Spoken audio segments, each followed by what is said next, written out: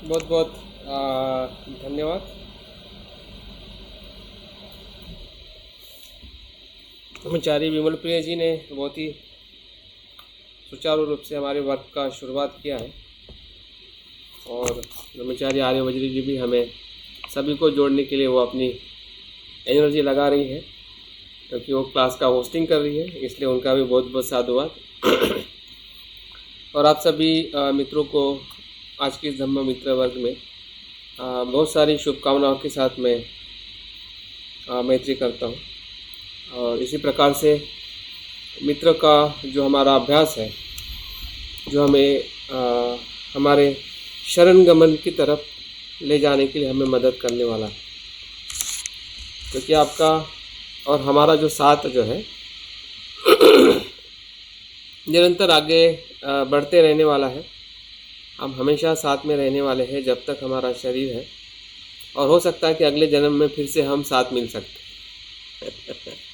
उम्मीद ज़रूर रखिए, क्योंकि हम इस जन्म में भी मिले हैं तो कुछ न कुछ हमारे पूर्व जन्म का ज़रूर कुछ न कुछ हिस्सा रहा होगा कि हम इतने सही जगह पे सही संग के साथ हम, वो भी बाबा साहब जैसे बोधिसत्व के समय में हमारा जन्म हुआ है, जिसका हमें लाभ मिल रहा है।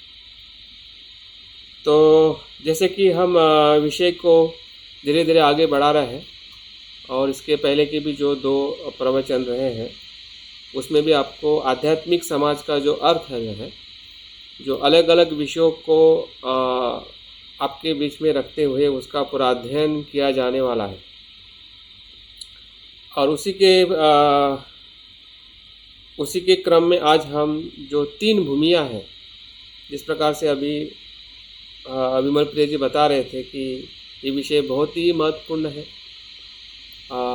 इसलिए भी महत्वपूर्ण है क्योंकि वो हमारे जीवन के साथ या हमारे पूरे आध्यात्मिक जीवन के साथ जुड़ा हुआ विषय है। तो 3 भूमियों को भंते संरक्षित जी ने जो उनका जो लेख था आध्यात्मिक समाज का अर्थ, उसमें बहुत ही संक्षिप्त तौर पे उनका जिक्र किया है। और शायद मैंने उसका कॉपी भी मैंने ग्रुप में डाला था। अगर आप लोगों ने वो आर्टिकल पढ़ा होगा या नहीं पढ़ा होगा तो ज़रूर आप उसको बार बार पढ़िए, क्योंकि उसी में से ही जो मुद्दे भंते ने उसमें बताए हुए हैं, उसी मुद्दों को मतलब चुन कर वो आपके विषय के अंदर आपके सामने अलग अलग ब्रह्मचारी अपनी अभ्यास और उनके चिंतन के माध्यम से आपको समझाने का या आपके साथ में चर्चा करने का प्रयास किया जा रहा है। तो उस लेख को आप ज़रूर पढ़िएगा। अगर पढ़ते समय कुछ अगर आपको प्रश्न आते हैं तो आप ज़रूर लिख के भी रखिए। तो चलो चलते हैं कि हम आज के जो 3 भूमि के तरफ हम बढ़ते हैं। तो इस विषय के प्रवेश करने के पहले हम थोड़ा उसका भूमि क्या है, इस शब्द को थोड़ा जानना चाहेंगे। भूमि क्या होती है ना। और उसके बाद में 3 प्रकार की जो भूमि है, जिसे आध्यात्मिक भूमि कहते हैं, भौतिक भूमि कहते हैं और मिश्र भूमि कहते हैं। इन तीनों भूमियों के बारे में हम भंते का जो अनुभव है और जो मुझे भी कुछ समझ में आ रहा है या मुझे भी इसका जो अनुभव हुआ है, उस अनुभव के साथ में भी कुछ बातें मैं आपके बीच में रखना चाहूँगा। और आप अपने अनुभव को भी देखिएगा कि आप भी किस प्रकार से इन भूमियों के साथ में हम जुड़े हैं, या किस स्तर में हम अपने जीवन को आचरण कर रहे हैं, अनुभव कर रहे हैं, या उसका हमें एहसास हो रहा है। ये कोई ऐसी बात बिल्कुल नहीं है कि जो आपको बिल्कुल समझ में नहीं आएगी या आप उससे पर हैं या आपको उसका कुछ भी ज्ञान नहीं है, क्योंकि हम संसार में इस आध्यात्मिक समाज में या इस धम्म में हम प्रयास कर रहे हैं। तो निश्चित है कुछ न कुछ हमारे पास में अपने आचरण का अनुभव है, हमारे अभ्यास का अनुभव है, उसके माध्यम से ज़रूर हम जान सकते हैं कि भंते इसमें क्या बताना चाहते हैं और मुझे क्या सीखना है। क्योंकि उनका बताना हमारे सीखने के साथ हमारे व्यवहार में बदलाव लाना, उसके साथ में जुड़ा हुआ है। उनका सिखाना और हमारा सीखना इतना पर्याप्त नहीं है। जब तक वो सीखी हुई बातें हैं, सिद्धांत है या जो भी दर्शन है, जब तक हम हमारे व्यवहार में उसका अनुसरण नहीं करते हैं, या हमारे व्यवहार में जब तक बदलाव नहीं करते हैं, तब तक वो जो शिक्षा है या प्रशिक्षण है पूरा नहीं होता है।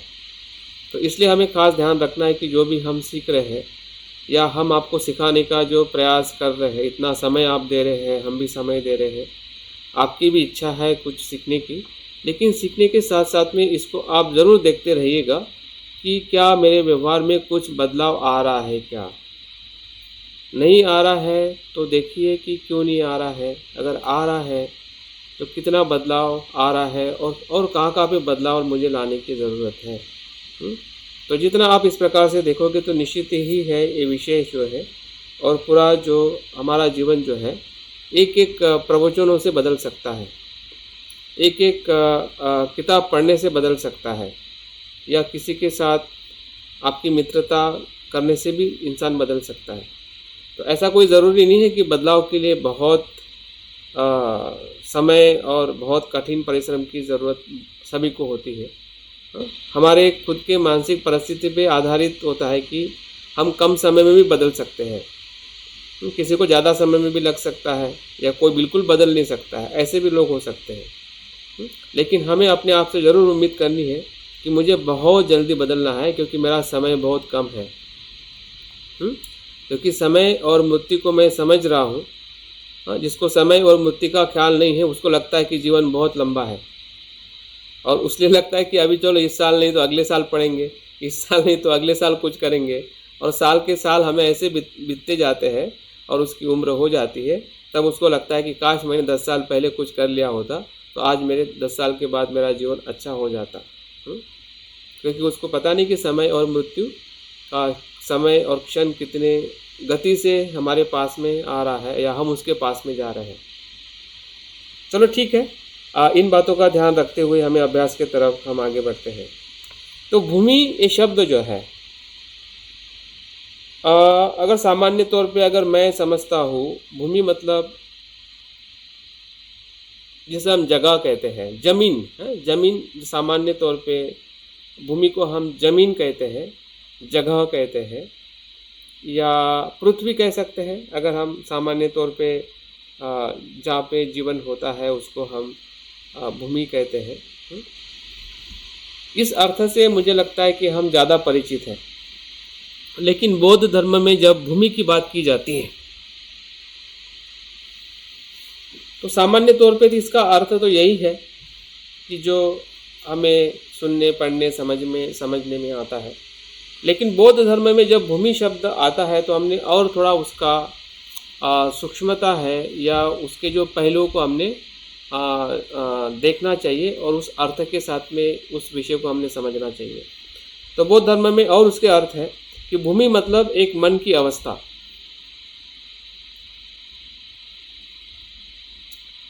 भूमि मतलब चेतना की या जागृति के अलग अलग स्तर, अनुभव के भी अलग अलग स्तर हो सकते हैं, चेतना के अलग अलग स्तर हो सकते हैं, मनो अवस्था हो सकती है।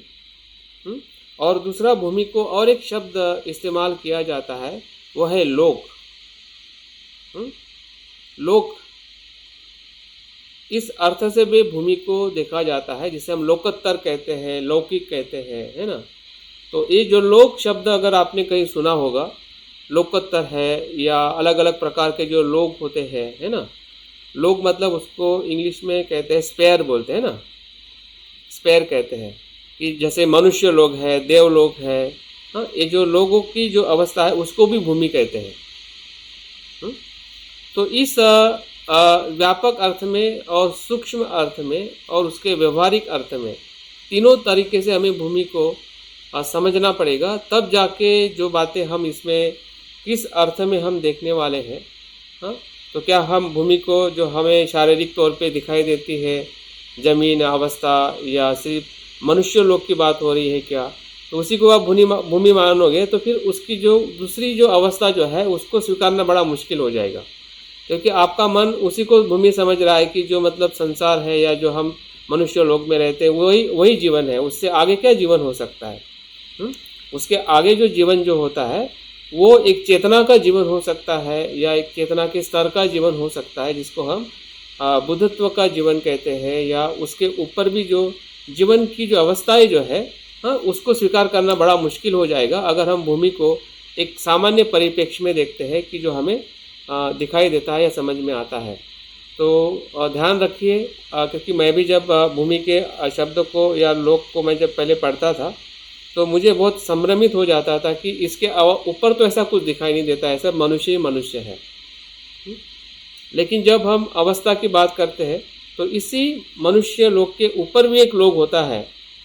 तो वो लोक कैसा होता है? शरीर वाला नहीं होता है, वो मानसिक स्तर का होता है। वहाँ पे अगर लोक एक शब्द आ रहा है तो किसी लोगों का लोक नहीं है, बल्कि वो चेतना के अवस्था का लोक है, या चेतना का वो एक अनुभव है। उस अनुभव के आधार पे लोक शब्द इस्तेमाल किया जाता है, जो सामान्य तौर पे हम भौतिक जगत में लोक स्तर या अवस्था है या जगह के तौर पे हम देखते हैं। तो ये एक ऐसी जगह है जिस लोक में हम रहते हैं, लेकिन उसके ऊपर की भी जो जगह है या स्तर है उसको भी लोक कहा जाता है। और इस अर्थ से हमने इस तीनों भूमियों को देखना है।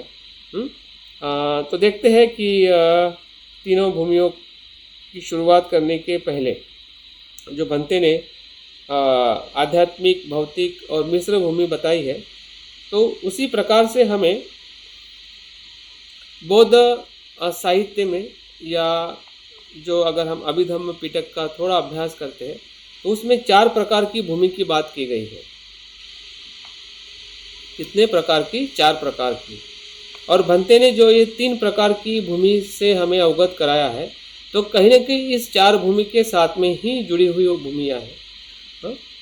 क्योंकि वो परंपरा से आई हुई जो भूमियाँ जो है, जैसे कि हमें पता है कि भंते ने आर्ष्टांगिक मार्ग में स्मृति का भी एक अलग स्वरूप हमें बताया है ना। और 4 प्रकार की पहले से स्मृतियाँ भी है, जिसमें हम कायानुपश्यना, वेदनानुपश्यना हमें पता है। लेकिन भंते ने और एक 4 प्रकार की या 5 प्रकार की स्मृतियाँ बता के हमें अवगत कराया कि ये भी ऐसी स्मृति होती है।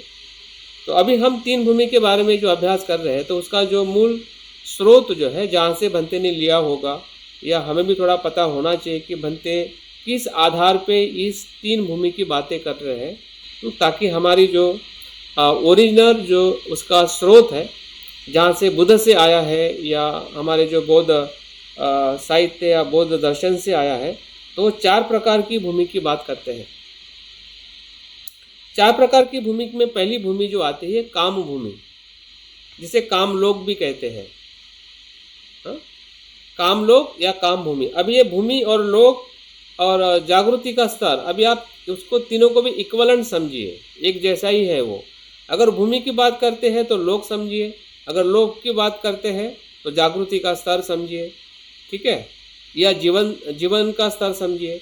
तो मतलब ऐसा संभ्रमित ना हो कि लोक अलग है, भूमि अलग है और चेतना का स्तर अलग है। ऐसे शब्द हमें अलग अलग पढ़ने सुनने को मिलते हैं, लेकिन वो एक दूसरे के साथ में पूरी तरह से एक ही अर्थ के साथ में जुड़े हुए हैं। तो काम भूमि मतलब काम लोक।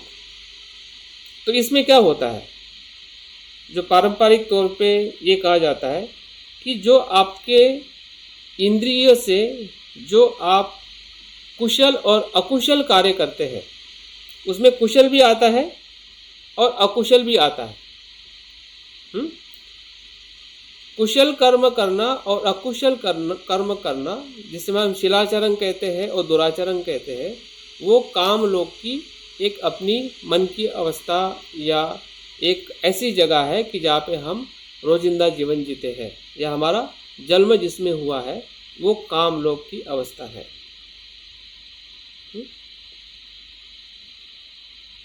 और कर्म के आधार पे कुशल कर्म भी कामलोकी है, उसमें हमें दुख मिलता है, और हम अकुशल काम भी कर्म है जिसमें दुख मिलता है, और कुशल भी हम काम करते हैं या शील का भी पालन करते हैं तो हमें उसमें से सुख मिलता है। दुख और सुख दोनों जो काम भूमि में, और उसी को कहीं ना कहीं भंते की भूमि में हम देखने वाले हैं कि वो भूमि कहीं ना कहीं भौतिक भूमि के साथ में जुड़ी हुई है, जिसे हम संसार कहते हैं दूसरे अर्थ में।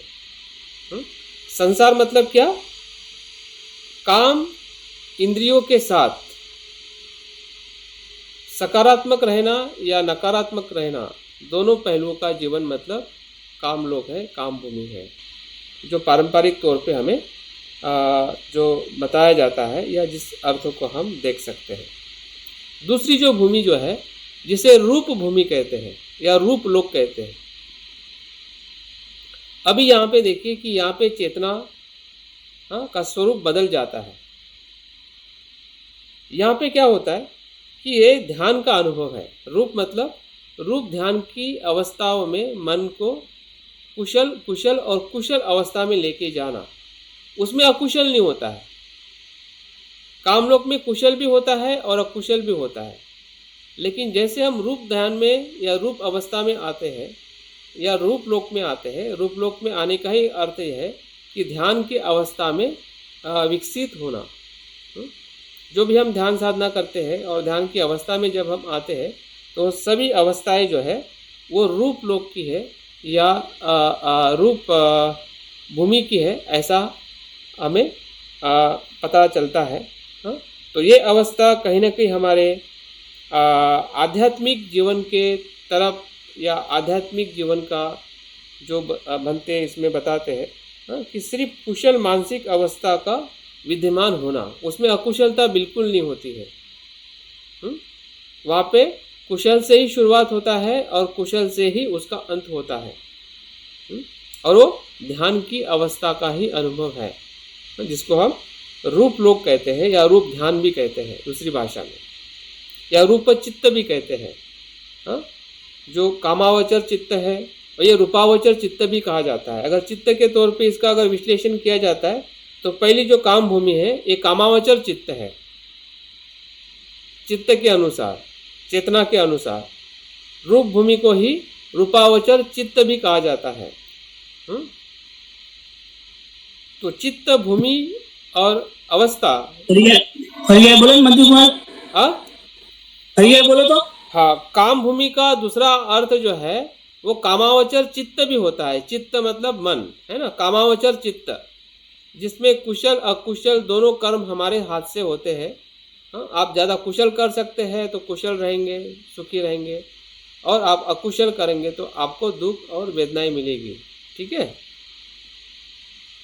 और जो रूप भूमि है, जिसको हम रूप लोक भी कहते हैं, और रूप भूमि को ही हम रूपावचर चित्त कहते हैं, जिसमें ध्यान की अवस्था में प्रवेश करना या ध्यान की अवस्था में विकास करना, जो भी हम आनापानसति करते हैं, मैत्री भावना करते हैं, उसको सभी रूप ध्यान का अनुभव के अंतर्गत उसको हम देख सकते हैं। और वो भंते के अर्थ से अगर देखा जाए तो वो आध्यात्मिक भूमि के अंतर्गत आ सकती है या वो होनी चाहिए, क्योंकि भंते जो आध्यात्मिक भूमि की जो बात करते हैं उसमें सिर्फ और सिर्फ कुशल मानसिक अवस्था का विद्यमान होना मतलब आध्यात्मिक भूमि है या आध्यात्मिक लोक है।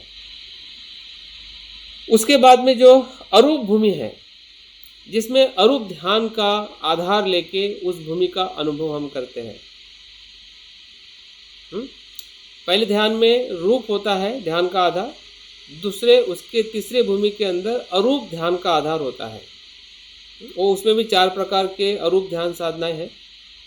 उसके आधार पे हमारा चित्त विकसित हम करते हैं, तो वो भी कुशलता से कुशलता की तरफ और कुशलता की तरफ जाता है। तो वो भी कहीं ना कहीं वो आध्यात्मिक भूमि का ही एक प्रकार का वो हिस्सा है। और अरूप ध्यान के साथ में, और उसको अरूप चित्त भी कहते हैं, है ना। अरूप लोक का चित्त भी कहते हैं, अरूप भूमि भी कहते हैं और अरूप लोक भी कहते हैं। तो हमें किसी शब्द के साथ में संभ्रमित नहीं होना है, ताकि हमें समझने में और सरलता हो सके। अगर संभ्रमित होते हैं तो बाद में आप प्रश्न जरूर कर सकते हैं।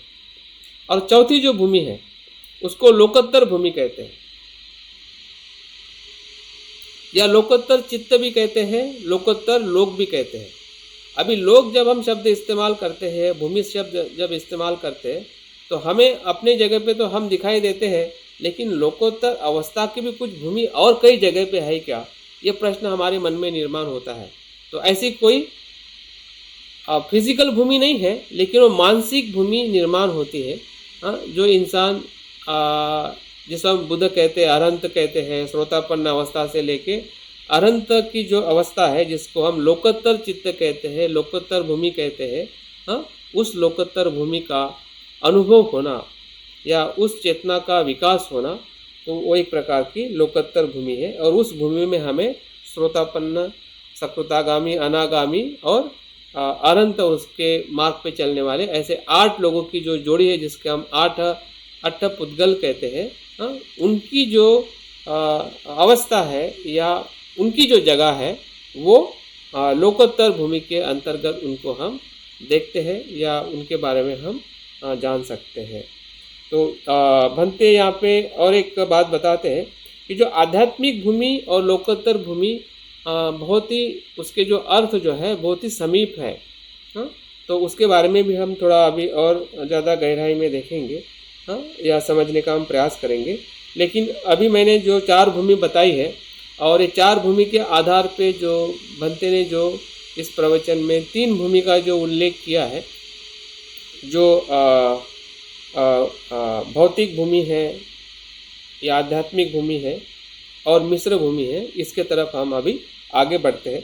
तो ताकि हमें एक आधार मिला है कि बौद्ध परंपरा में विशेषता इसकी जो जानकारी हमें अभिधम्म पिटक में जो चित्त है, चित्त के अलग अलग प्रकार हैं, उसमें हमें इसका उल्लेख ज़्यादा मिलता है। अभी हम एक एक भूमि को भंते के शब्दों में या भंते ने जो बातें उसमें बताई है, उस अर्थ का अर्थघटन करते हुए हम समझने का प्रयास करते हैं। तो हम पहले भूमि जो है भौतिक लोक या भौतिक भूमि की तरफ से हम आगे बढ़ते हैं। नीचे से थोड़ा आगे बढ़ते हैं और देखते हैं कि भंते यहाँ पे किस प्रकार से उसका अर्थघटन करते हुए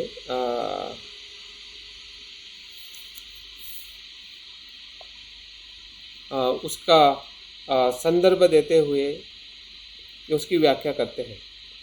तो पहली जो भूमि है, जिसे हम भौतिक भूमि कहते हैं, वो ऐसी अकुशल मानसिक अवस्था का विद्यमान होना। सभी अकुशल मानसिक अवस्था का विद्यमान होना ही भौतिक भूमि है। ये सबसे पहला उसका अर्थघटन है। हमारे जागृति के स्तर पे सिर्फ और सिर्फ अकुशल कर्म करना या अजागृत अवस्था से ही नकारात्मक कर्म करना, नकारात्मक आचरण करना, अकुशल कर्म करना, वही भौतिक भूमि का सबसे मुख्य लक्षण है। या उसके आधार पे हम अपने आप को देख सकते हैं। क्या मैं जब संग में नहीं था या धम्म के आचरण में नहीं था, तो क्या मैं ऐसे अवस्था में था या फिर मिश्र अवस्था में था? तो दोनों अवस्था को हम देख सकते हैं। या हमारे आसपास के जो हमारे लोग हैं या समाज है, उसको भी हम अपने मन चक्षु से या चिंतन करते हुए हम देख सकते हैं कि सही में लोगों की जो अवस्थाएं जो है, क्योंकि ये जानने का कारण 2 उद्देश्य है जो हमें इसके बारे में इसलिए जानना है। एक तो हम कहाँ पे हैं और कहाँ से आए हैं और कहाँ जाना है। अभी हम कहाँ पे थोड़ा तो हमें पता है, लेकिन यहाँ पे जो भी हम कैसे तो आए हैं ना, एक तो हम बहुत भौतिक संसार से आए हैं या मिश्र भूमि से आए हैं, थोड़े हम अच्छे थे या एकदम बुरे थे, तो ये भी हमें पता होना चाहिए। ताकि अभी जब हम सही में मिश्र भूमि में है या आध्यात्मिक भूमि में हम आ चुके हैं या वहाँ से हम आगे जा रहे हैं, इसका हमें एक अवलोकन हो सके और यहाँ से हमें कहाँ पहुँचना है। इसलिए इस भूमिका या भूमिका कह सकते हैं कि हमारे चेतना के स्तर, भूमि के शब्द से और अच्छा शब्द मुझे लगता है क्योंकि हमारे मन के स्तर है ना, या जागृति के स्तर के आधार पे हम क्या हो सकते हैं। क्योंकि शरीर तो यही रहने वाला है, शरीर बदलने वाला नहीं है। हमारा चेहरा बहुत सुंदर दिखेगा ऐसा नहीं होगा, या शरीर की शक्ति ज़्यादा बढ़ जाएगी, सुपरमैन हो जाएंगे, उड़ने लगेंगे, ऐसा भी नहीं है। लेकिन मन उड़ सकता है ना। मन शुद्ध हो सकता है, मन तेजस्वी प्रकाशित हो सकता है, मन पूरी तरह से मुक्त हो सकता है।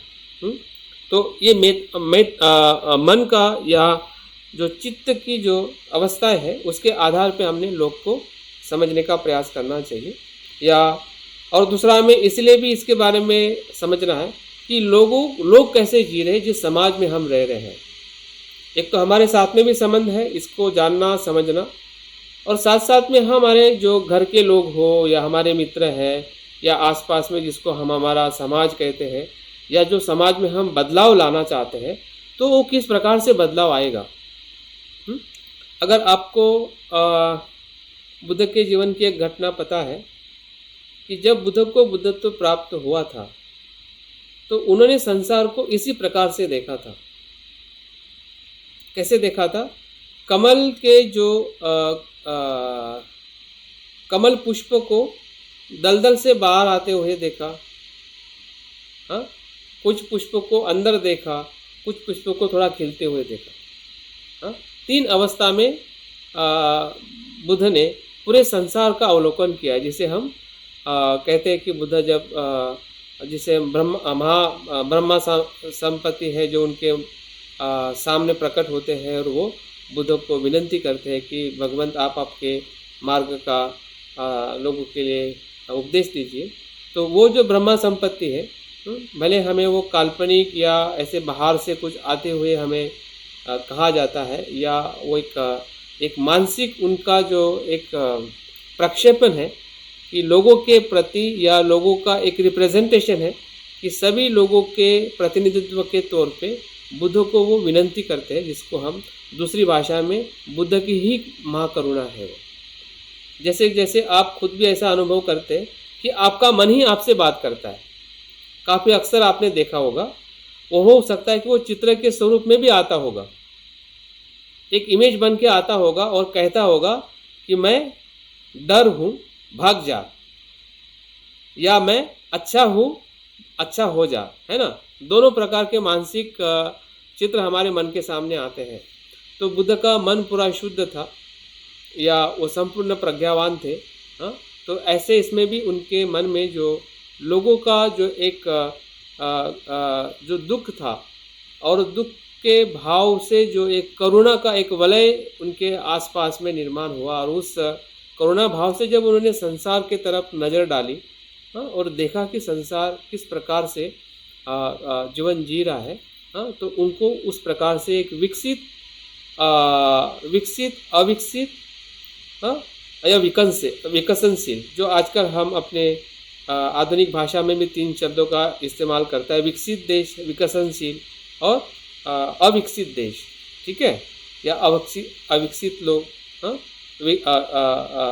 विकसनशील लोग, हाँ, या विकसित लोग। तो ये 3 अवस्था जो आज हम पूरे विश्व में देख रहे हैं, तो उसी प्रकार से बुद्ध ने भी उस दृष्टि से जब अवलोकन किया तो उनको भी इसी प्रकार के लोगों की अवस्थाएं दिखने लगी। तो कहीं ना कहीं उसका भी इसके साथ में संदर्भ है, उसके साथ में इसका जुड़ाव है कि जो भंते एक हमें नए शब्द के साथ या नए प्रकार से हमें समझाने का प्रयास कर रहे हैं कि हमने अपनी अवस्था और साथ साथ में इस संसार में रहने वाले सभी हम लोग हैं, हाँ, उन लोगों की अवस्था कहाँ पे कैसी होती है, हाँ, ताकि हम उनको और अपने आप को मदद कर सकें। अगर हमें पता नहीं चलेगी तो शायद हम अपने आप को भी मदद नहीं कर पाएंगे। अगर हमें ये भी पता नहीं चलेगा कि मेरा मित्र या मेरे जो भी आसपास के लोग रहने वाले हैं सही में कौन सी अवस्था में रह रहे हैं, तो आप उनको मदद नहीं कर पाओगे, क्योंकि आपकी एक अपेक्षा रहेगी कि ऐसा होना चाहिए, वैसा नहीं होना चाहिए, लेकिन आपको मानसिक स्तर पे उनका अवलोकन पता नहीं कि उस किस मानसिक अवस्था में वो जी रहे हैं। हाँ, तो मानसिक अवस्था को जानते हुए उनको समझना मुझे लगता है, और हम सभी को जो बौद्ध लोग हैं, हाँ, और उससे काफ़ी सजग रहना चाहिए, ताकि ये लोगों की जो अवस्थाएं जो है वो कभी भी स्थिर नहीं होती है। कभी भी भौतिक वाला मिश्र में जा सकता है, मिश्र वाला भौतिक में जा सकता है। जब तक आध्यात्मिकता को भी हम पूरी तरह से श्रोतापन्न अवस्था तक नहीं जाते, तब तक किसी का भी डाउनफॉल हो सकता है। हाँ, वो कहने के लिए हो सकता है कि वो आध्यात्मिक है, लेकिन हो सकता है कि उस समय पूरी तरह से भौतिक हो जाए। तो इसलिए मानसिक तौर पे अपने आप को भी हमें देखना है और साथ साथ में जो हमारे आसपास के मित्र है या समाज है उसको भी हमें जानने का प्रयास करना चाहिए, ताकि हम समाज में सही तरीके से प्रयास कर सकें और हमारा प्रयास भी हमारे लिए और लोगों के लिए काफ़ी अनुकूल हो सकता है। तो भौतिक लोक को ही संसार कहते हैं या संसारिक स्तर कहते हैं, जिसको हम संसार एक भाषा में कहते हैं। तो वो भौतिक लोक के बारे में हमें उसका अर्थ समझना चाहिए। और भंते यहाँ पे और एक बात कहते हैं कि इस अवस्था में सभी लोग पूर्णतः अकुशल विचारों में लोभ द्वेष और अज्ञान से प्रेरित होते हैं। ये उदाहरण हम अपने लिए भी लगा के देख सकते हैं कि जब ऐसी अवस्था में हम पहले थे, बिल्कुल हमें पता नहीं था, या लोगों को भी हम देख सकते हैं कि यही संसारिक मेरी अवस्था थी या भौतिक लोक की अवस्था थी, जहाँ पे मैं पूरी तरह से मेरे अकुशल विचारों में लोभ द्वेष से ही मैं प्रेरित था। जैसे कि चोरी करना, हिंसा करना, झूठ बोलना, व्यभिचार करना, नशा करना आदि जितने भी शीलों का भंग होना है या भंग करना है या उसी में ही जीवन को सुख ढूंढना है, नकारात्मकता में या शीलों का भंग करने में, तो समझ जाइए कि वो अवस्था, वो मानसिक स्तर फिर हमारा खुद का हो, किसी का भी हो, तो कहीं ना कहीं वो पूरी तरह से भौतिक लोग, जैसे खाओ पियो जलसा करो, ये जो भाव या जिसे दूसरे अर्थ में हम भौतिकवाद कहते हैं, आधुनिक भाषा में उसको हम पूरी तरह से भौतिकवादी बनना या भौतिकवादी होना, तो ये इसका अनुभव हम भौतिक लोक में या सांसारिक स्तर में हम देख सकते हैं। अभी दूसरे स्तर की बनते यहाँ पे बात करते हैं, वो मिश्रित लोक या मिश्रित अवस्था या मिश्रित भूमि। इसमें बनते का जो कहना जो है, ये लोक जो है या ये जो मन का या चेतना का स्तर जो है, ये काफ़ी संघर्ष और प्रतियोगिता का स्तर होता है। किसके साथ संघर्ष होता है? यहाँ पे कुशल और अकुशल मनोअवस्था का सही रूप में संतुलित रहने के लिए वो प्रयत्न करता है। कुशल और अकुशल मानसिक अवस्था के साथ में उसका संघर्ष होता है। अगर उदाहरण के तौर पे अगर हम देखते हैं कि हमारा आध्यात्मिक जीवन जब से हमने शुरुआत किया है, मित्र का हो या सहायक का हो या एक बौद्ध समझ के जब से हम धम्म के संपर्क में आए, तो देखिए कि वही कहीं ना कहीं हमारी मिश्रित भूमि थी। एक तरफ हमें ध्यान करना अच्छा लगता था, कभी नहीं करते थे, कभी शील का पालन करना अच्छा लगता था तो कभी शील का पालन नहीं करते थे, कभी दान करना अच्छा लगता था तो दान करते तो कभी दान नहीं करते थे। या जितने भी बातें अगर हम कुशल अकुशल की जो एक सम्मिश्र अवस्था जो है, वो हमारे आध्यात्मिक जीवन के प्रारंभिक दिनों में या अगर उसी अवस्था में अगर हम बार बार आ जाते हैं तो अवस्था आज भी हम अपने जीवन में देख सकते हैं। ऐसा ज़रूरी नहीं है कि 10 साल पहले मेरा जीवन मिश्र था और अभी पूरी तरह से आध्यात्मिक हूँ। तो कभी कभी अवस्था को हमने देखना चाहिए कि ये हमारे एक स्वाभाविक है ऐसा होना। कभी कभी हम इतने व्यस्त हो जाते हैं 6 महीना तक तो हम बिल्कुल ध्यान नहीं करते, ऐसा भी होता है।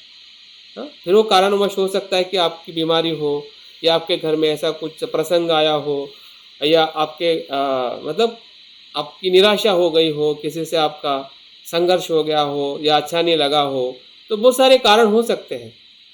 और उन कारणों के वजह से हमारा पूरा आध्यात्मिक जो कुशल करने का जो हमारा मन की अवस्था है, उसको पूरी तरह से हम फिर से उसी भौतिक जीवन के अंदर हम रचपच हो जाते। तो भंते इसमें एक बहुत ही अच्छा उदाहरण बताते, जैसे कि कोई ऐसा प्राणी कि जो पानी में भी रहता है और ज़मीन में भी रहता है ना, जिसे हम उभयचर प्राणी कहते हैं। जैसे कि मगर है ना, या फ्रॉग है, तो वो पानी में भी रहता है और वो ज़मीन में भी रहता है।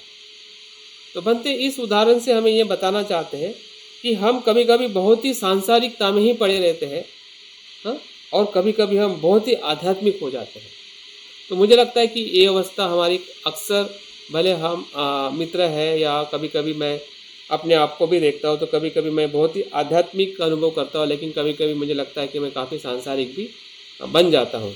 मुझे कुछ भी सांसारिक बातों में ज़्यादा अच्छा लगने लगता है। खाना पीना और सोना, मुझे लगता है कि नहीं, अभी कुछ नहीं करें। तो ये जो मिश्र अवस्था का एक होना, चेतना का एकदम अप होना, कुशल आचरण के साथ में, और कभी कभी पूरी तरह से डाउन हो जाना, ऐसी अवस्था में भी हम अभी भी है और कभी भी आ सकते हैं। और हम अपने आप को भी देख सकते हैं, अपने मित्रों को भी देख सकते हैं। ज़रूरी नहीं है कि कल वो काफ़ी विधायक था तो आज भी आपके साथ में विधायक ही रहेगा। तो हमने तुरंत समझ में आना चाहिए कि मेरे मित्र की कहने की अवस्था अभी मिश्र अवस्था है। अगर आपने पहले के अनुभव से उसको देखा और आपने उसी की अपेक्षा रखी कि नहीं यार, तुम तो कल अच्छे थे, आज नहीं अच्छे नहीं हो, तो फिर ऐसे कैसे चलेगा, तुम ऐसे हो वैसे हो, तो उससे क्या होगा कि आपका संवाद, आपकी मित्रता वहाँ पे मतलब टूट सकती है। क्योंकि आपको ये समझ में नहीं आ रहा है कि आध्यात्मिक जीवन या जिस लोक में या जिस जिस हम अलग अलग चेतना के स्तर में हम रह रहे हैं, वो कैसी परिवर्तनशील है।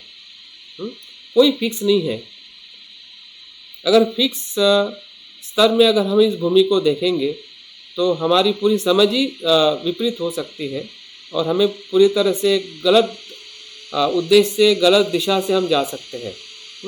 तो खास ध्यान रखिए कि हमें अपनी विधायकता को और अविधायकता को भी देखना चाहिए कि हम कभी कभी बहुत ही सांसारिक होते हैं। तो सांसारिक होने का भी हमें अपने चित्त में, अपने चेतना में देखना चाहिए कि हाँ, मैं सांसारिक हो जाता हूँ। या कोई आपको ऐसा इंडिकेट करता है, आपका मित्र कहता है कि यार तुम तो बहुत ही सांसारिक हो गए, और हमें लगता है कि यार नहीं नहीं, मैं तो काफ़ी आध्यात्मिक हूँ, मैं तो ये कर रहा हूँ वो कर रहा हूँ, लेकिन उसका कहने का कुछ मतलब हो सकता है। तो उसके ऊपर हमने चर्चा करनी चाहिए, स्वीकार करना चाहिए कि हाँ, कुछ तो हो रहा है। मेरा जो चित्त का या चेतना का स्तर है कहीं ना कहीं सांसारिकता के तरफ जा रहा है। क्योंकि सांसारिकता का बढ़ना ये कोई बुरी बात नहीं है, क्योंकि हम उसके आकर्षण में अभी भी है। गुरुत्वाकर्षण जो है, जो पृथ्वी में जो गुरुत्वाकर्षण है वही संसार है। तो आप कितना भी उठना चाहते हैं, कितना भी कुशल होना चाहते हैं, लेकिन जो लोभ द्वेष मोह का जो गुरुत्वाकर्षण जो है, या हमारी स्व की आसक्ति जो है, वो हमेशा वो अपने आकर्षण के बल से आपको खींचती है। आप कितना भी चाहो आध्यात्मिक होने का, लेकिन कहीं ना कहीं जब तक उसका बल का प्रमाण ज़्यादा है और हम उस पर समझ नहीं रहे हैं और जान नहीं रहे, तो निश्चित ही है कि ऐसे मिश्रित अवस्था में हमारा बार बार आना, गिर जाना और फिर से संभलना मुझे लगता है कि हमारे लिए बहुत ही महत्वपूर्ण है। और संभलने के लिए हमारी फिर से संकल्प करना, पुनर्रचना करना अपने रोज के जीवन की, या हमारी मित्रता को और बढ़ाना और अभ्यास करना। तो गिरने का मतलब ये नहीं है कि हमें भौतिक लोक में चले जाना है, कि पूरी तरह से हमें सांसारिक हो जाना है। तो भले हम सांसारिक होते हैं, लेकिन वहाँ पे हमें फिर से उम्मीद होती है, क्योंकि हमें पता है, हमारा अनुभव है कि कुछ न कुछ आध्यात्मिक जीवन मैंने जिया है, या मेरे आध्यात्मिक मित्र हैं, या आध्यात्मिक कुछ न कुछ मेरे पास में मदद है, जिस मदद को लेके फिर से मैं उस सांसारिक जो कुछ भी उसकी जो शक्ति है, उस शक्ति को मैं उस शक्ति से बाहर आके मैं अपने आध्यात्मिक जीवन को आगे बढ़ा सकता हूँ। तो मिश्रित अवस्था का जो अनुभव है, ये हमारे रोज के जीवन का एक महत्वपूर्ण पहलू है। हम हर आचरण में इस मिश्र अवस्था को देख सकते हैं। हमारा ध्यान भी ज़्यादातर मिश्रित अवस्था में ही होता है। हम ध्यान करते हैं, लेकिन काम छंद में या न्यूरोन में ध्यान समाप्त हो जाता है। तो हम कहने के लिए कह सकते हैं कि हम आध्यात्मिक आचरण कर रहे हैं, लेकिन वो आध्यात्मिक आचरण के भीतर अगर हम चेतना का देखें, स्तर देखें कि हमारी संसारिकता को छोड़ने की जो प्रवृत्ति है, अगर वो कम है, तो निश्चित ही है कि वो दिखने में आध्यात्मिक दिखता है, लेकिन वो सांसारिक ही हम उसमें चिंतन करते रहते हैं, प्लानिंग करते रहते हैं, हाँ, और उसी के साथ हमारा ध्यान समाप्त हो जाता है। तो इसलिए इस अवस्था को हमें प्रामाणिकता के साथ इसमें ऑनेस्टनेस होना बहुत ज़रूरी है, क्योंकि इसको देखने के लिए आपको कोई आने वाला नहीं है। भौतिक संसार में तो आपको कोई भी पहचान लेगा कि आप झूठ बोल रहे हैं तो आप बुरे हैं, चोरी कर रहे हैं तो आप बुरे हैं, ठीक है, वो दिखाई देगा कि आप संसारिक हो। लेकिन मिश्र अवस्था में दिखाना बड़ा मुश्किल हो जाता है। और इसलिए हमारी जो प्रामाणिकता जो है वही हमें मदद करती है कि हाँ, मैं सांसारिक भी हो जाता हूँ किसी किसी अवस्था में, किसी किसी जगह पे, और मैं आध्यात्मिकता की तरफ भी आगे बढ़ता हूँ। हाँ, और मुझे सांसारिकता को और कम करके मुझे आध्यात्मिक जगत में या आध्यात्मिक स्तर में मुझे जाने का निरंतर प्रयास करते रहना है। तो मिश्रित अवस्था इस प्रकार से बनते यहाँ पे हमें बताते हैं। तीसरी जो भूमि है वह है आध्यात्मिक भूमि। एक प्रकार का ये आध्यात्मिक स्तर है, आध्यात्मिक चेतना है। और भंते यहाँ पे जो व्याख्या करते हैं, इसमें पूर्णता कुशल मानसिक अवस्था से प्रेरित होते हैं। पूर्णता, आधी अधूरी नहीं, पूर्णता मतलब इसको अगर हम पहले के जो चार भूमि में जो रूप लोक है, उस अवस्था के साथ में इसका पूरी तरह से संबंध है कि यहाँ पे लवशेष मात्र भी अकुशलता नहीं होती है, और सजग या ध्यानी चित्त ही ऐसी अवस्था को प्राप्त करता है या उसके साथ में वो व्यवहार करता है। जैसे कि बुद्धघोष कहते हैं, ध्यान मतलब कुशल चित्त की मानसिक अवस्था। बुद्धघोष क्या कहते हैं? ध्यान का अर्थ है कुशल चित्त की मानसिक अवस्था। तो इस अर्थ से मुझे लगता है कि भंते यहाँ पे वही अर्थ बताना चाहते हैं कि आध्यात्मिकता का अर्थ सिर्फ दीक्षा लेके या आध्यात्मिक का होने का एहसास करना, एहसास करवाना, जिसे हम धार्मिक होना कहते हैं कि नहीं, मैं तो बुद्ध की शरण जाता हूँ, या मैं तो पूजा पाठ करता हूँ, मैं तो नमो बुद्धाय बोलता हूँ, मैं तो पूरी तरह से 100% बौद्ध हूँ, मैं पूरी तरह से वेजिटेरियन हूँ, मतलब बहुत सारे लेबल लगा के हम धार्मिक होने का या आध्यात्मिक, जैसे हिंदू लोग अपने आप को आध्यात्मिक कहते हैं, उसी प्रकार से हम बौद्ध लोग भी कहीं ना कहीं कि हम भी मनुष्य ही हैं, ठीक है। तो वो बुरे मनुष्य है क्योंकि हमें लगता है कि उनका धर्म उस प्रकार से उनको बताता है, लेकिन बुद्ध ने तो हमें ऐसा नहीं बताया है, बुद्ध ने तो हमें ऐसा नहीं बताया है, लेकिन फिर भी हम वैसे ही व्यवहार करते हैं। तो हमारे उस मन की चेतना का जो एक अज्ञान है या गलत तरीके से अभ्यास करना है, वही उसका कारण है। तो धार्मिक होने का अर्थ क्या है या अपने आप को आध्यात्मिक कहने का अर्थ क्या है, उसकी जो गहराई बुद्ध ने स्वयं बताई है, या हमारे जो आचार्य या एक पूरे बौद्ध धर्म का जो एक स्तर है प्रज्ञावान होने का, है ना। बुद्ध का धर्म क्या है? प्रज्ञावान होना, प्रज्ञा से आचरण करना, और कुछ नहीं है। जहाँ पे प्रज्ञा नहीं है, जहाँ पे प्रज्ञा का स्तर नहीं है, वहाँ पे बौद्ध धर्म अस्तित्व में नहीं है। बौद्ध धर्म का अस्तित्व ही उसी से टिका हुआ है इतने हजारों सालों से, और टिकता है, टिकता रहेगा। तो उसके जो होने का जो प्रमाण जो है वो यही प्रमाण है कि जितने भी लोग, जितने भी बुद्ध की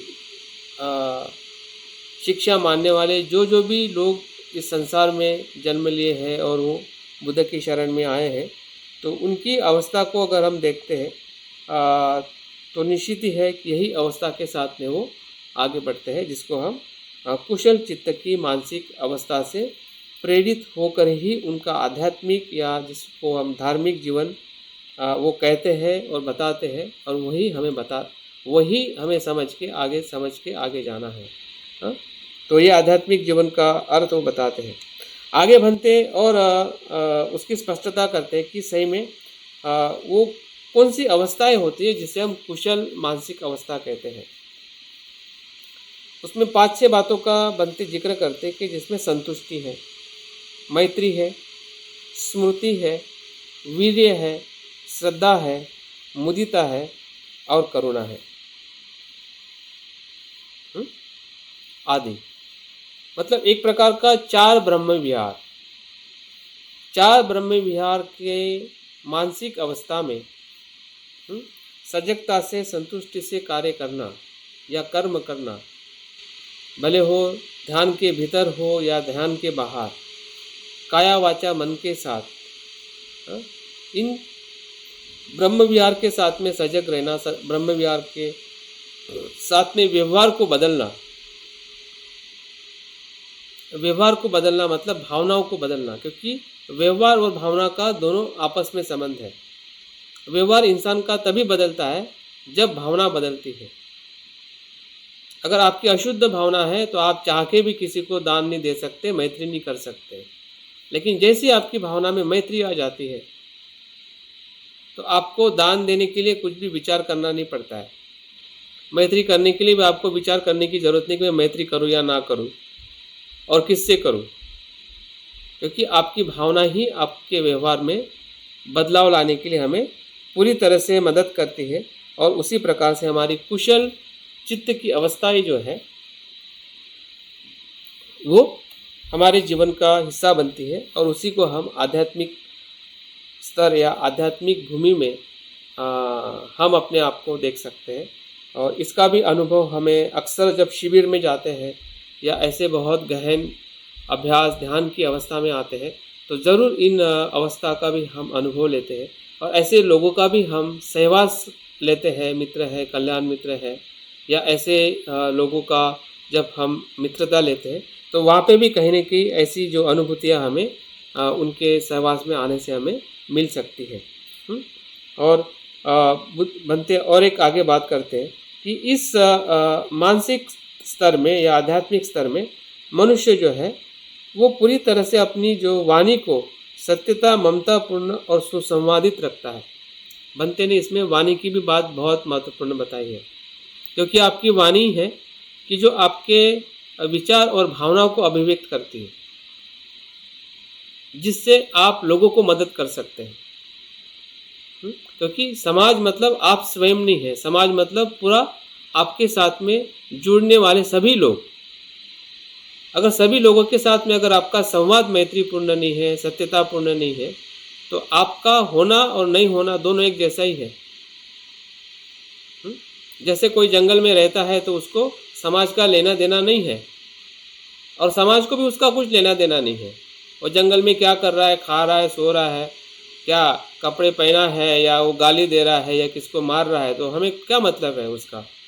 हाँ, कोई मतलब नहीं है, ना उसको समाज से मतलब है।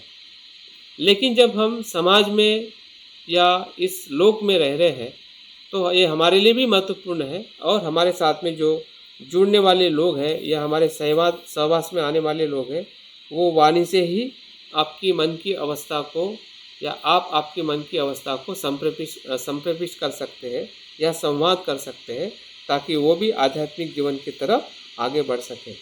तो इस प्रकार से आध्यात्मिक भूमि का जो भी स्तर है, अगर हम थोड़ा और इसको शरण गमन के माध्यम से देखें तो जो परिणाम कारक शरण गमन से थोड़ा हम आगे बढ़ते हैं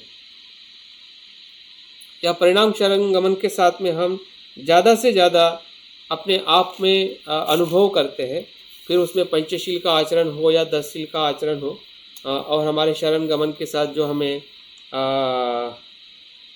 एक कुशल और शुद्ध मानसिक अवस्था को हम ज़्यादा विकसित करते हैं 10शीलों के माध्यम से या ध्यान के माध्यम से, तो मुझे लगता है कि वो अवस्था कहीं न कहीं हमारे जीवन में अनेकों बार आई हुई है। ऐसा नहीं है कि हम उससे बिल्कुल वंचित हैं, भले वो मित्र हो या ब्रह्मचारी हो या ऐसे बहुत सारे अन्य लोग भी हो सकते हैं। हमने अपने आप को पूरी तरह से सीमित नहीं रखना चाहिए कि हम ही लोग हैं ऐसे, ठीक है। ये भी कभी कभी हमें कन्फ्यूज़न होता है कि त्रिरत्न बौद्ध महासंघ के लोग ऐसे हैं, अच्छे हैं, लेकिन ऐसा नहीं है। कि त्रिरत्न बौद्ध महासंघ के बाहर भी लोग अच्छी ऐसी अवस्था में रह सकते हैं, क्योंकि वो भी आपके हमारे समाज का ही घटक है। उसको छोड़ के आप त्रिरत्न बौद्ध महासंघ अपने आप में कुछ नहीं है। तो ऐसे लोगों को भी अगर हमें कोई संपर्क में आता है या हमें ऐसा दिखाई देता है तो उसका भी आदर करना, उसमें से भी प्रेरणा लेना, ये हमारे लिए एक बहुत ही अच्छी संधि है, ताकि हम पूरे संसार को, जिस संसार में हम रह रहे हैं और अलग अलग मानसिक अवस्था से हम पसार हो रहे हैं, फिर वो अकुशल मानसिक अवस्था हो या मिश्र मानसिक अवस्था हो या शुद्ध मानसिक अवस्था हो, जिसे हम आध्यात्मिक भूमि कहते हैं। बनते उसी में और एक शब्द को इसमें जोड़ते हैं कि आध्यात्मिक ये शब्द जो है लोकोत्तर अर्थ के साथ में भी उपयोग किया जाता है, क्योंकि आध्यात्मिक, जैसा कहा कि कुशल चित्त की मानसिक अवस्था, यही लोकोत्तर भूमि में जाने के लिए हमें मदद करती है। और इसलिए अनेकों बार हमें भी या बौद्ध धर्म में भी जो आध्यात्मिक शब्द जो है ये लोकोत्तर या लोकोत्तर भूमि के अर्थ के साथ में भी इसको जोड़ा जाता है। मतलब उसका अर्थ वो भी हो सकता है, लेकिन उसका सूक्ष्म तौर पे या एक विकसित तौर पे अर्थ हो सकता है, जिसे हम कह सकते हैं ना कि ये पूर्व का समय और ये उत्तर समय है ना। पूर्व समय और उत्तर समय। पूर्व समय मतलब शुरुआत का कालावधि और उत्तर मतलब उसके बाद का कालावधि। तो आध्यात्मिक जीवन के अंदर जो शुरुआत का कालावधि जो है वो आपके कुशल चित्त से शुरुआत होता है, जिसमें आप कुशल और कुशल ही करते हैं। लेकिन उसके और ऊपर का जो दूसरा जो परिप्रेक्ष्य जो है या दूसरा हिस्सा जो है आपके आध्यात्मिक जीवन का, वो लोकोत्तर भूमि में चला जाता है या लोकोत्तर भूमि में लेके जा सकता है, या वो जाने के लिए हमें शक्ति देता है या परिबल देता है। इसलिए हमने काफ़ी अगर कई अभ्यास में आपका आया होगा कि कर्म नियम से हमें धर्म नियम में प्रवेश करना है। ये कर्म नियम मतलब ही कुशल चित्त की मानसिक अवस्था है, और यही कुशल चित्त की मानसिक अवस्था हमें धर्म नियम में प्रवेश करने के लिए या लोकोत्तर भूमि में, जिसको हम श्रोतापन्न के प्रवेश में जाना, उस अर्थ में भी हम आध्यात्मिक शब्द का जो उसका दूसरा पहलू जो है बनते इसमें बताते हैं। और उस पहलू के अंदर व्यक्ति के या हमारे 3 बंधनों का नष्ट होने का हमें अनुभव होता है। 3 बंधन नष्ट होने का हमें अनुभव होता है। इसके ऊपर आपका अलग से सत्र रहने वाला है इसके इसी तीनों मुद्दों पे, लेकिन मैं संक्षिप्त में बता के मैं हमें आज की बात पूर्ण करता हूँ, ताकि वो शब्द का उसके साथ में जो जुड़ाव है उसका आपको एक पूरा स्पष्टीकरण आपको मिल सके।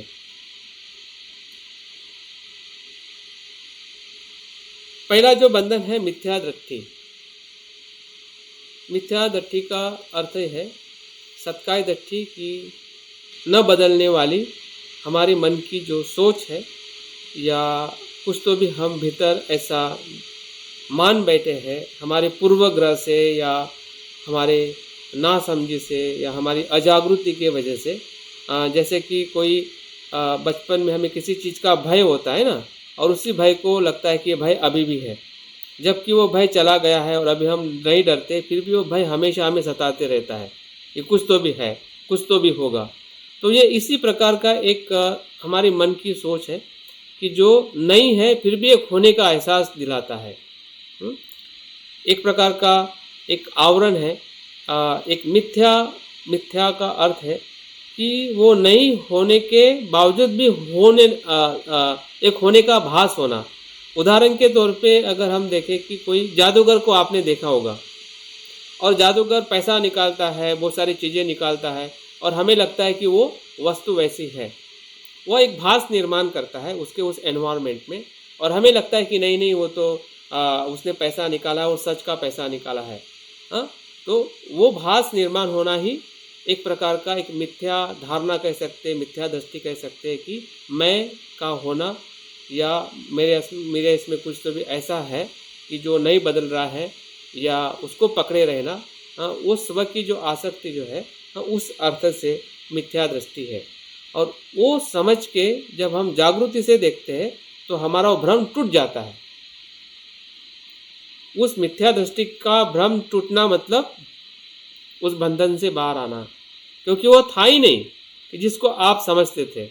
जैसे आप जादूगर के पास जाते हैं और जादूगर समझा देता है कि भाई ये पैसा का झूठा पैसा है नहीं तो मैं श्रीमंत नहीं बन जाता।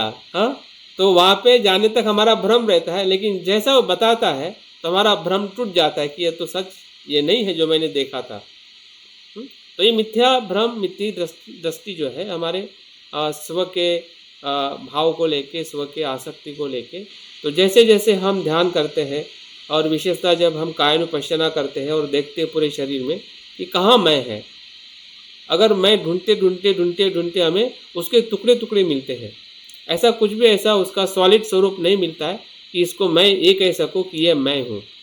हाँ, या इसको मैं ये कह सकूँ कि ये मैंने बनाया है, या उसको मैं नियंत्रित कर सकता हूँ, ये मेरे हाथ में है। किसी भी हिस्से को हम कह नहीं सकते शरीर के मेरे हाथ में है। सांस भी हमारे हाथ में नहीं है, धड़कन भी हमारे हाथ में नहीं है। आपका हाथ आपके हाथ में है कि कैसा चलाना है बुद्ध के पास में झुकना है कि किसी को गाल में थप्पड़ मारना।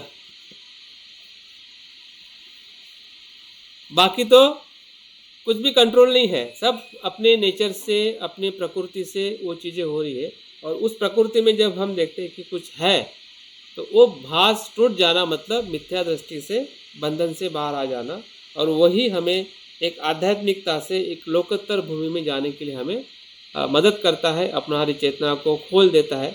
और वो खोलना ही कहीं ना कहीं हमारे श्रोतापन्न होने की एक पहली जो कड़ी है, उस कड़ी को हम तोड़ के उसका अनुभव ले सकते हैं, यह हमें होता है।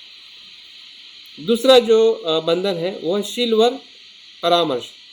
शील व्रत परामर्श, इस शील व्रत और परामर्श, ये दो शब्द के साथ में शब्द बना है कि शील के आचरण को ही साध्य मान लेना, जबकि वो साधन है। जैसे कि ध्यान आपका साधन है, पूजा आपका साधन है, अभ्यास आपका साधन है, वो साध्य नहीं है, लेकिन उसी को साधन को ही साध्य समझ लेना, शील को ही पकड़ कर रखना, ध्यान को ही पकड़ के रखना, या किसी भी जो आप अच्छी चीज़ें कर रहे हैं उसी को ही सत्य मान बैठना, वही कहीं न कहीं शीलवर्त परामर्श है। और वो भी कहीं न कहीं मिथ्या दृष्टि से ही निर्माण होता है। अगर आपका शीलवर्त परामर्श तभी टूटता है कि जब आपकी मिथ्या दृष्टि टूट जाती है। जैसी मिथ्या दृष्टि टूट जाती है वैसे ही किसी भी चीज़ को या व्रत को या किसी भी शील को पकड़ के रखना है, उसके यांत्रिक हो जाना, हाँ, उससे हम मुक्त हो जाते हैं। यांत्रिक होने का मतलब ये नहीं कि छूट जाने का मतलब ये नहीं कि हम ध्यान करना छोड़ देते हैं, पूजा करना छोड़ देते हैं, लेकिन हम सहजता से करते हैं। हाँ, उसमें ज़्यादा दबाव नहीं होता है, मैं नहीं होता है। हाँ, हमें लगता है कि बुद्ध की पूजा मैंने सहजता से करनी चाहिए, जैसे हम नैसर्गिक आचरण कह सकते हैं, है ना। और एक आचरण एक बहुत ही डिसिप्लिन और बहुत ही रूढ़िचुस्त और बहुत ही उसको पकड़ के जब हम आचरण करते हैं तो वही कहीं ना कहीं शीलवर्त परामर्श को हम इस बंधन को तोड़ते हैं, और वो कहीं ना कहीं मिथ्या दृष्टि के बंधन टूटने से ही टूटता है। और तीसरा जो बंधन है विचिकित्सा, जैसे कि 5 नियमों में हमने विचिकित्सा देखी है, तो वही कहीं ना कहीं यहाँ पे भी एक बंधन के रूप में हमें बुद्ध धम्म संघ के प्रति कहीं ना कहीं शंका होती है। हाँ, और शंका को निराकरण हो जाना, हमें पूरा गहराई में अनुभव हो जाना कि बुद्ध है और बुद्ध ने बुद्धत्व प्राप्त किया है, बुद्ध का धम्म मुझे भी बुद्धत्व प्राप्त करने के लिए मदद करेगा, और संघ के साथ में रह के मैं उस मार्ग पे चल सकता हूँ। तो उसकी जो बुद्ध धम्म संघ की जो पूरी स्पष्टता है, और स्पष्टता के साथ में हमारा जो कमिटमेंट जो है, हाँ, स्पष्ट होना मतलब कमिटमेंट होना कि मुझे बुद्ध होना है या बुद्ध के पथ पे चलना है, जिसे हम श्रद्धा कहते हैं। तो विचिकित्सा का भी टूटना, कि दो छोटी छोटी जो हमारी शंकाएं कुशंकाएं होती है हमारे बुद्ध होने के प्रति, यार मैं कैसे बुद्ध हो सकता हूँ, ऐसा है वैसा है, हाँ, कितना कठिन है, हाँ, मेरा तो यही नहीं हो रहा है, मेरा वही नहीं हो रहा है। तो बहुत सारी शंकाएं हमारे मन के भीतर आती रहती है। लेकिन जैसे मिथ्या दृष्टि का टूट टूट जाती है वैसे ही हमारा शीलवत परामर्श और विचिकित्सा भी टूटने लगती है और हम पूरी तरह से उस स्रोत में जिस बंधन से हम रुक रहे थे, जो बंधन हमें रोक रहा था और बार बार हमें संसार में या अकुशल मानसिक अवस्था में या संसार में हमें वापस लेके आ रहा था, तो वो टूटने से उस फ्लो में आ जाने से फिर क्या होता है कि आपकी जो संसार की जो शक्ति जो कमज़ोर हो जाती है, फिर बुद्ध की शक्ति आपको पकड़ लेती है। स्रोत में बहने का मतलब क्या है कि वहाँ से फिर आपको प्रयत्न करने की ज़रूरत नहीं है, क्योंकि वहाँ से आपके लिए वो शक्ति प्रयत्न करती है। इधर भी जब हम संसार में रहते हैं तो आपके कितने भी प्रयत्न हो, लेकिन लोभ द्वेष मोह आपको पकड़ के रखता है, आप कितने भी प्रयत्न करो। लेकिन जैसे उस स्रोत में चले जाते हैं तो इधर कितना भी संसार का आकर्षण हो तो वो हमें वो फिर हमें आकर्षित नहीं कर सकता है, क्योंकि अभी आकर्षण बदल गया। उदाहरण के तौर पे अगर इसको देखा जाए कि जैसे कि हम आकाश में जो एरोप्लेन उड़ता है या जो सैटेलाइट छोड़ा जाता है तो उस शक्ति के साथ में छोड़ा जाता है उसको, है ना, जिसको हम अग्निबाण कहते हैं। तो अग्निबाण कहाँ तक जाता है, जहाँ तक उसका एटमॉस्फेयर है, और वहाँ से सैटेलाइट अपने आप चला जाता है। फिर उसको शक्ति की ज़रूरत नहीं है, क्योंकि वहाँ की शक्ति उसको उधर खींच लेती है। तो बुद्ध की शक्ति जब स्रोत में हम आ जाते हैं, जब श्रोतापन्न हो जाते हैं, तो 3 बंधनों को तोड़ने के कारण जो संसार के तरफ खींचने वाली जो शक्ति है, स्व की है या शंका कुशंका की है, वो टूट जाने से पूरी तरह से हम आध्यात्मिकता से एक लोकोत्तर अवस्था में, जैसे हम श्रोतापन्न की अवस्था कहते हैं, और वहाँ से हमारा जो प्रवास जो है अनंत तक बढ़ते जाता है। और कुछ न कुछ उसके जो बाकी के बंधन हैं, फिर और 5 बंधन है, फिर और 5 बंधन है, इस प्रकार से 10 बंधन को हम तोड़ते हुए अनंत की उस मानसिक अवस्था में हम पहुँचते हैं। तो ये प्रवास मुझे लगता है कि इस विषय के साथ में जुड़ा हुआ है कि हमारी जो मानसिक अवस्थाएं जो है वही हमारी भूमिया है, वही हमारे लोक है, जिस लोक में हम ज़्यादा हम सांसारिक रहते हैं, तो भौतिक भूमि में रहते हैं, थोड़े सांसारिकता के साथ थोड़ा आध्यात्मिक कुछ आचरण करते हैं, तो मिश्र भूमि में जाते हैं। और पूरी तरह से जब हम शुद्ध कुशल चित्त से जब हम कुछ भी कर्म करते हैं तो हम आध्यात्मिक भूमि में जाके हम लोकोत्तर भूमि तक हम पहुंच सकते हैं। तो बहुत बहुत धन्यवाद। जो बातें मैंने बताई है आज की इस 3 लोक या 3 भूमि को लेकर, तो मैं उम्मीद करता हूँ कि आप समझे हैं, जाने हैं, लेकिन जानने के साथ जब आप उसको व्यवहार में अपनी भावनाओं को बदलते हुए डालोगे तो निश्चित ही इसका जो सीखने सिखाने का जो उद्देश्य है यहाँ पे सफल होगा। बहुत बहुत जय भीम, नमो बुद्धाय। धन्यवाद मंजू कुमार जी, वास्तव में बहुत बढ़िया आप सबको